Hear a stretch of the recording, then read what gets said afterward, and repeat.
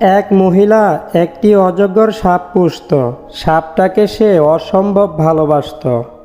অজগরটা লম্বায় 4 মিটার এবং দেখতেও বেশ স্বাস্থ্যবান ছিল। একদিন হঠাৎ করেই তার আদরের অজগর খাওয়া দাওয়া বন্ধ করে দিল। এভাবেই কয়েক সপ্তাহ চলে গেল, কিন্তু সাপ কিছুই খায় না। আদরের সাপের এমন অবস্থায় মহিলা দুশ্চিন্তায় পড়ে গেল এবং কোনো উপায় বুদ্ধি না পেয়ে শেষমেশ সাপটাকে ডাক্তারের কাছে নিয়ে গেল।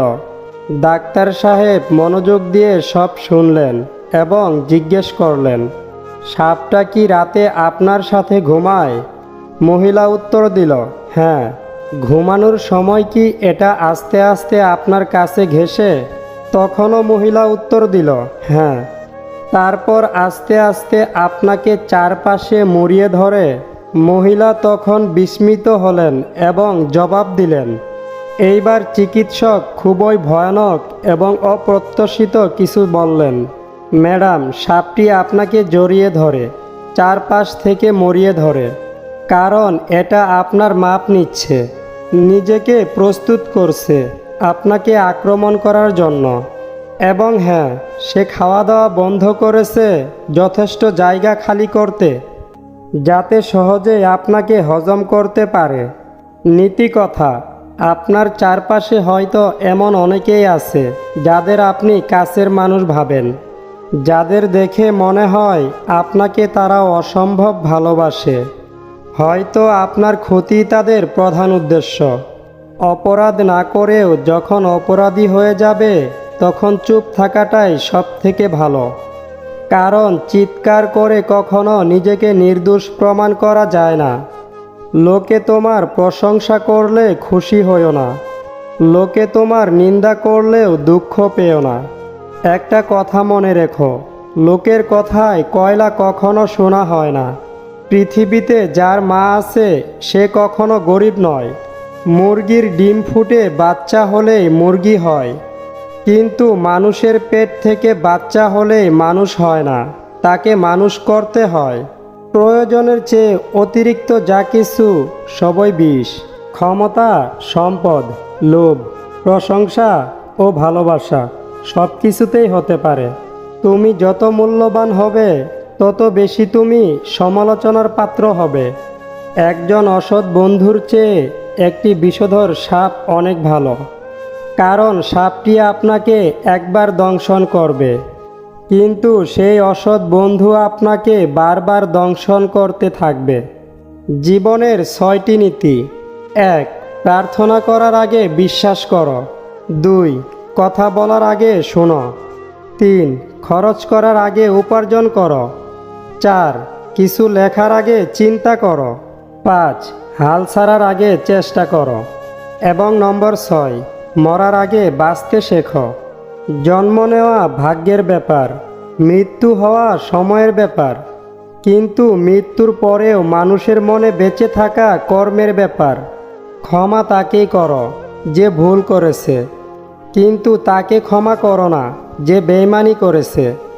সব সময় কারো দোষ খুঁজে বেড়ানো উচিত নয়। পারলে তাকে সমাধানের রাস্তাটা দেখিয়ে দাও, কারণ এই জগতে কোনো মানুষই ত্রুটিহীন নয়। আপনি যদি গরিব হয়ে জন্ম নেন তাহলে এটা আপনার দোষ নয়, কিন্তু যদি গরিব থেকেই মারা যান তবে সেটা আপনার দোষ। নিজেকে কখনো ছোট মনে করবেন না।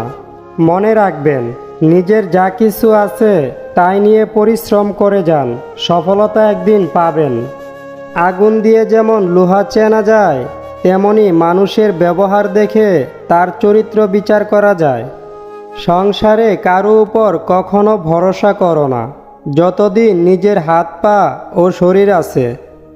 কেউ যদি তোমাকে ভালো না বলে এতে মন খারাপ করো না, কারণ এক জীবনে সবার কাছে কখনো ভালো হওয়া যায় না।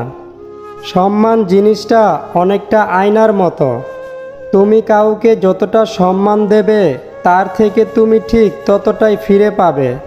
উপরে উঠতে গেলে সবার আগে প্রথমে নিজেকে হালকা করো। নিজের মধ্যের সমস্ত অহংকারকে টেনে বার করে দাও। তুমি যখন ভালো কিছু করবে তখন অনেকেই তোমাকে দেখে হাসবে। তারপর তোমাকে দেখে হিংসা করবে, এরপর তোমাকে বাধা দিবে, তারপর তুমি সফল হবে। জোর করে কাউকে ধরে রাখার প্রয়োজন নেই। যে থাকার সে থাকবেই, আর যে চলে যাওয়ার সে চলে যাবেই। সম্মান পেতে হলে আগে সম্মান দিতে জানতে হয়। সম্মান না দিয়ে সম্মান আশা করাটা একটা বোকামির কাজ। খাদ্যের অভাবে মানুষ কখনো মারা যায় না, মানুষ মারা যায় ভালোবাসার অভাবে। কোনো পাপকেই ক্ষুদ্র মনে করো না, কারণ ক্ষুদ্র ক্ষুদ্র পাপই জমা হতে হতে মূর্খের পাপের ভাণ্ড পূর্ণ করে ফেলে। চরিত্রের কারণেই অনেক সম্মানিত ব্যক্তি হারিয়েছেন তার সম্মান, আবার অনেক নগণ্য ব্যক্তি কুড়িয়েছে বিরাট সম্মান। তাই সর্বদা চরিত্র ঠিক রাখুন। রূপের ঝলক দিয়ে কি হবে যদি চরিত্র ঠিক না থাকে? আবেগ দিয়ে কি হবে যদি বিবেক ঠিক না থাকে? শিক্ষা দিয়ে কি হবে যদি ব্যবহার ঠিক না থাকে? জীবনের একটি মুহূর্তও যদি বৃথা হয়, তবে সেটিকে কোটি কোটি স্বর্ণ মুদ্রার বিনিময়েও ফিরিয়ে পাওয়া যায় না। সুতরাং বৃথা সময় নষ্ট করার চেয়ে বেশি ক্ষতি আর কিছুতেই হতে পারে না। প্রকৃত সুখ তখনই পাওয়া যায় যখন তোমার কাজ নিজের ও অন্যের উপকারে আসে।